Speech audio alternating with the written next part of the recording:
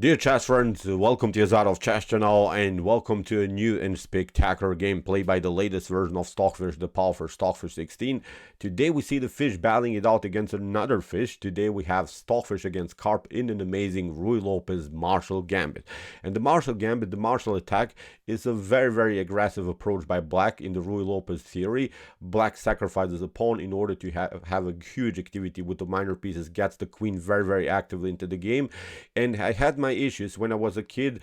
My father always played the Marshall Gambit. Still, my father is playing the Marshall Gambit in the Ruy Lopez, and I got so many times destroyed. I was really frustrated by this opening, and there is always this rivalry in families. You know, probably if you have a brother, if you have a father, maybe that are playing chess, you can lose any games, but you don't want to lose against a member of your family. That's simple as that. I think there's really a certain rule in chess. So you can lose, as I said, a tournament, but you don't want to lose against your brother because probably he'll mock you till the end of your life. So as I said, the Marshall Gambit has a certain story for me, and now when I watch this game here by Stockfish 16 against Carp, I would love to play again a game in the Marshall Gambit with the white pieces against my father. I'll try it out. I'll maybe also publish it here on my YouTube chess channel. Soon I will challenge my father with the white pieces in the Marshall Gambit, so put your seatbelts on. When you see now this game here played by Stockfish, I think you also like to play against the Marshall Gambit. So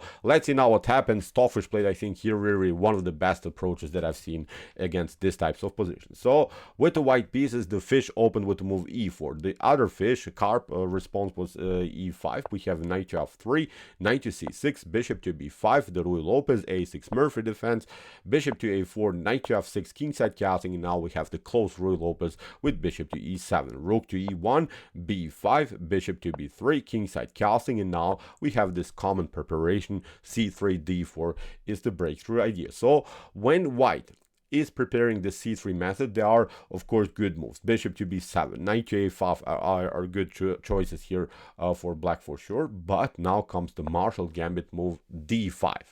A very aggressive approach, opening up the e file, simply picking up now the pawn here on e5, rook to e5. But now the problem for white in these types of positions is of course that the rook is exposed here on the 5th rank, so Black is gaining an extra tempo against this rook for sure, and there is a certain lack of development by these three pieces. The rook is still undeveloped on a1, the knight is on b1 on the starting square, also the bishop on c1 is of course not on the optimal square. So from this point on, white has to be fast in order to develop the pieces somehow in the game. After move rook to e5, now the common theory is the move c6. What I would not recommend you here to play is bishop to d5. Don't give up your bishop pair in an early stage of the game. I think this is a common inaccuracy by white in the Marshall Gambit. And then after something like c takes d5, you can maybe support the rook, but now finally look at this. After a couple more moves, Black is activating the pieces. The bishops are very dangerous, supported by the queen. I think white is having here tough time to defend his position. Although the engine gives here equal chances for both sides, I guarantee you, as I said, if you're a weaker player with the white pieces, I think you will not handle this sharp attack. Still, your pieces are on the starting square, so in my opinion, not a good method. For instance, you try something like g3, bishop to g4 is the main method, of course, attacking the queen. You're trying f3, now we sack.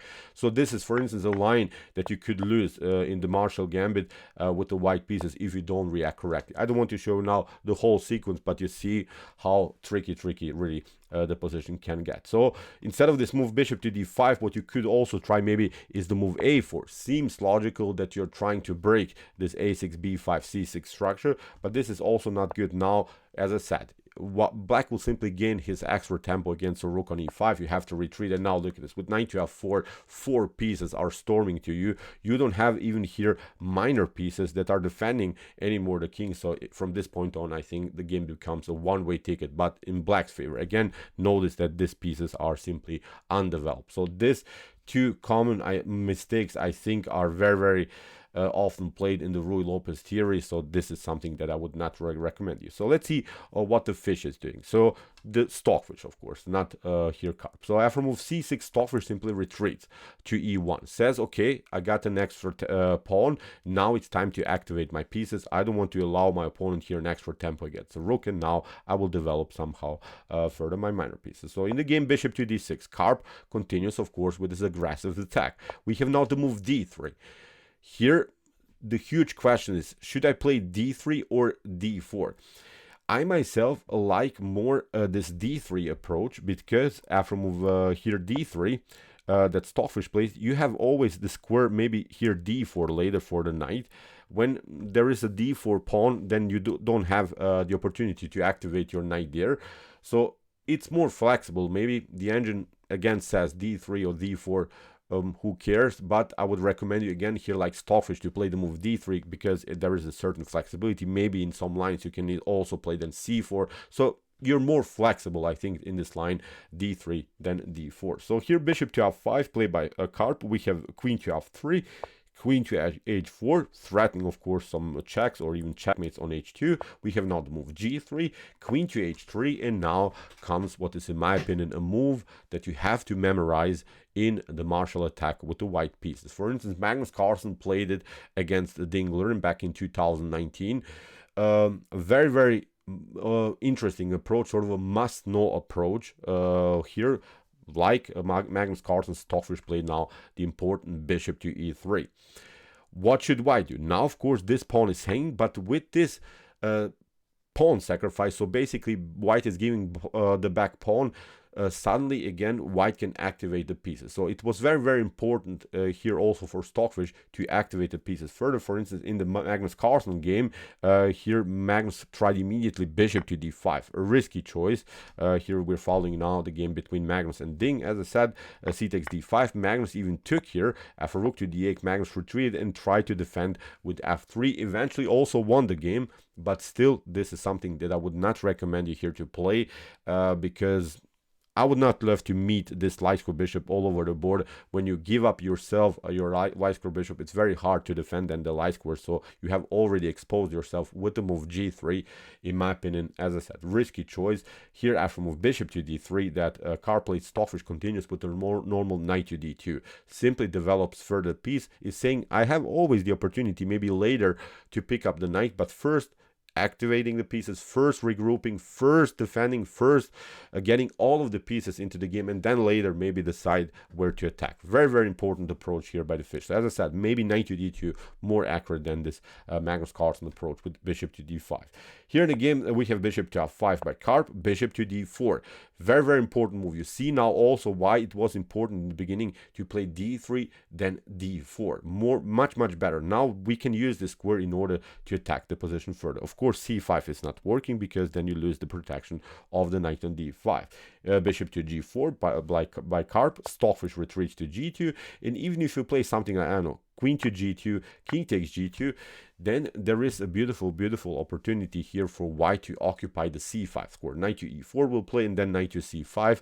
You will, I think, eventually give up the bishop for the knight on c5, and then again white is continuing the game with the bishop here in sort of an open battle. I think this is a good, really beautiful position for the bishop here for sure.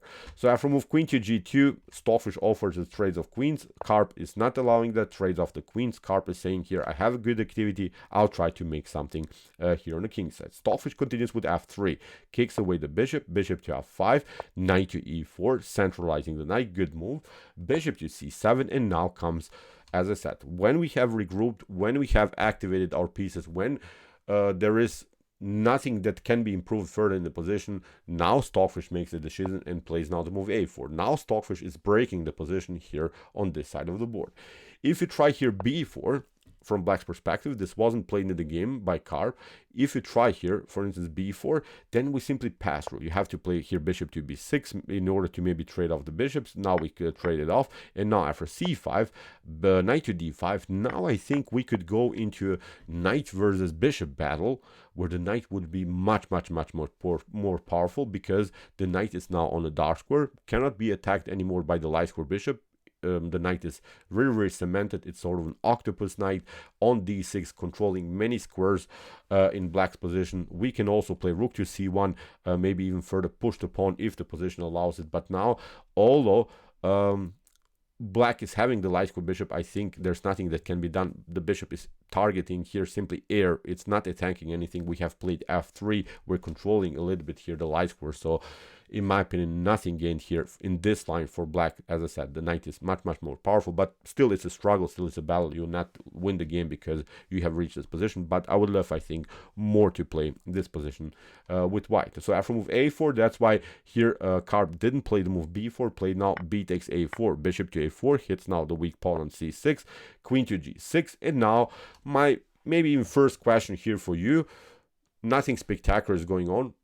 Pause the video and try to see now the best continuation. What kind of a plan would you have? What would you do now here with the white pieces? So as I said, we're trying always to activate our pieces. What's now the best strategic goal here for white? So think about this position. What would you do now if you reach maybe this kind of position with the white pieces? As I said, it's nothing spectacular that white is playing now, but really, really important move. Okay. Here, Stockfish plays rook to e2 because we have this weak pawn on b2, and we're supporting also for the knight on e4, and we're trying, of course, to double up rook. So it's sort of a must move now by white, where we are activating the pieces, but we're also protecting our weaknesses in the position, the weak backward pawn on b2.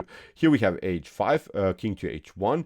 a5 here by Carp. We have rook to e1 as promised. We have rook from a to b8, queen to f2, controlling further the dark squares. There are many squares that the knight can attack now. c5, d6 if possible, not immediately, but maybe later if we get a nice grip on dark squares. We have rook from f to d8, and you see now Stockfish finally cements the position with the knight, liberates also here some squares for the bishop. The bishop is now basically becoming really the best piece on the board.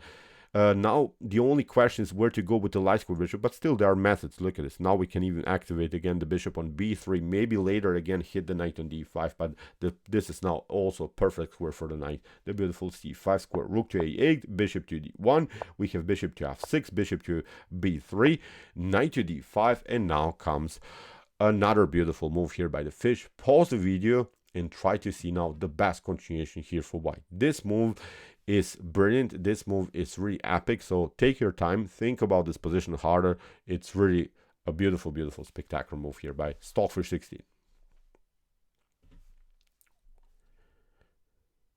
Okay, here Stockfish played the amazing g4.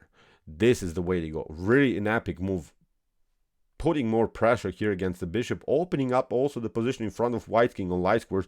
But that was the important move about this move, knight to c5. The knight is controlling a potential check on e4. Here we have h takes g4, f takes g4, bishop to g4, and now rook to e4. Attacking the bishop, and the huge threat is now rook takes g4 followed with rook to g1, opening up the g file and hitting the weak g7 square with the rook. So this is now the huge tactical threat. For instance, if bishop to f5 would have been the continuation by Carp, this wouldn't be a good move. This wasn't also playing the game. Look at this. Now we play bishop to d5, getting rid of the knight, because the knight can be always useful as a defensive piece. Now you pick up maybe here the knight, but now we play rook to h4. Look at this, you're trying f6. Now we hit the queen, and you have to step back from the defense of the bishop. The game is over here for black. You could maybe try a check, but now we simply trade it off. Knight to e4, d takes e4, and now again with rook to g1, this would be then game over again here for black. Really wild stuff. So after move rook to e4 here, Carp tried bishop to d6, and again here my question for you is, what would you do now again in this position? Pause the video and try to see now the best continuation here for white. So of course we have talked about this tactic before, but maybe if you didn't listen enough, so now the best continuation is of course the obvious rook to g4. This is now the monster tactic that Stockfish prepared through the whole game. Now the bishop is hitting the square g7 after queen to g4, rook to g1, queen to f4. Now look at this. Rook takes g7 is not so good here, actually. This is not the best continuation because black will simply step back to f8 and will simply escape from this attack. The best choice is actually here to play queen to g2, controlling also some dangerous checks, putting more pressure here around the square g7, forcing basically black to play now the move g6 here, but now we play here bishop to d5. Again, we get rid of the key defender here, maybe on dark squares, because if you don't get rid of the knight on d5, then maybe black can lock the position with the move f6 and can block out the dark square bishop. Now we pick up the knight after c takes d5. Now queen to h3, and there is now an immediate checkmate threat on h8. Here Carp has to play bishop to e5. We have this one, rook to f1, and now Carp is forced to give up here the bishop. Stockfish continues now the game with 2 minor pieces against the rook, but also we have to say black is here 4 pawns against 2 white pawns. Still a tough endgame here to handle, but there is also a huge problem in black's position. If the knight somehow gets maybe to f6, then you're running into a beautiful pattern, sort of. Also king to g2, maybe rook to h1, rook to h8 is also checkmate threat. So black has 2 extra pawns, but has also weak king, which can be, of course, attacked now by the minor pieces and also by the rook. After move king to h2, we have a4. Stockfish continues with rook to e1. What should now black do? If you continue, as I said, with a3, this wasn't played in the game. In the game, rook to e8 was played. If you continue with a3, then we simply trade it off. We play now rook to e3 with the preparation to play rook to h3. Now you have to play something like this. Knight to d7, knight to f6 is coming into the game. So again, a very messy position here for black. So after move rook to e1 that Stockfish plays, Carp says, okay, I'll at least get rid of one of these pieces. Rook to e8, rook takes e8, knight takes a4. Stockfish grabs now another pawn, and Carp is starting to push the pawns on the king side. So now there are no patterns, there are no checkmate threats by white, but now the pawns are exposed, and Stockfish created also here a very important passer on the b file, and that's now the main strategic plan here for white in this endgame to somehow promote the b pawn. We have b4 by the fish immediately, king to f7, b5. Stockfish plays knight to b2, and after rook to b1, a beautiful move here by Stockfish, c4, sacrificing the pawn but connecting now the bishop to the knight. And this was game over, I think. From this point on, the game becomes a one-way ticket. Here, instead of this move rook to b1, what you could do maybe is get the king closer. But again, look at this. We simply push the pawn further. King to d6 you have to play. Now we get the knight again into the game. You're trying now, finally, maybe to get a rook behind. Now we play first a check, and now we play this one. Knight to b4. You cannot, of course, pick up here the bishop, because we simply push the pawn further, and you cannot catch it because you're far away from the action. You can, of course, just give up the rook for the knight, but you cannot really catch anymore the pawn on the b file. Really crazy position. After knight to b4, you're basically forced to play king to b7, but now we play bishop to d4, and now we can finally take out also this one, and then afterwards go for both of these pawns. So it's simply not working. This bishop is holding both of these pawns on dark square. So again, I think a completely winning endgame here for white. So as I said, king to e6 instead of rook to b1 is also not working. So after rook to b1, we have seen c4. Was now Stockfish move. We have d takes c4, b6, c3. Stockfish simply takes. Here Carp attacks. We have bishop to e5, f4. Nothing spectacular here. Carp gave up a couple of pawns, and here after b8, rook to b8, bishop to b8. In this particular position, Carp resigned. Of course, Stockfish will grab the pawn, and it's possible to deliver checkmate with a bishop and a knight. So, pooh. Great game here in the Marshall attack of the Ruy Lopez. Very important moments I think we have seen. First of all, in the beginning, let's go to this critical, really strategic moment. So as I said, many of us I think would play the move d4. But I like here this d3 approach more, because it leaves you this very important square. We have seen bishop to e3, bishop to d4 was a great method by Stockfish. Later, this dark square bishop became simply the best minor piece on the board. So very important moments. Bishop to e3, also a very important moment, because you're giving up, of course, the pawn here on d3, but you're activating the pieces further. And now, still, if I feel it's still very risky to give up here the bishop for the knight, although you gain a pawn, but the light square problems could cause you really headache in the continuation. So knight to d2, also very important moment. So Stockfish activated, and now at least you can breathe. Many times if you play the Marshall attack with the white pieces, you're cramped, your pieces are not active enough. So I think this is the way to go. This is a position that you could learn, and from this point on you can of course change the direction, maybe also start to learn different lines, but at least I think I helped you out maybe to play against the Marshall attack, and now I'm going to challenge my father with the white pieces in the Marshall attack. So maybe I'll also post a game. It will be, I think, a spectacular chess game for sure. So okay, I hope that you enjoyed this game. I really enjoyed it a lot. Interesting ideas in the Marshall attack for sure. If you want to see more epic and brutal games like this, check out our Comp the Chess Games Play by a Computer series. Here's the link of our playlist, and if you like this content, don't forget to subscribe to my channel. See you soon with some more videos, and what do we say? Chess is the best, of course.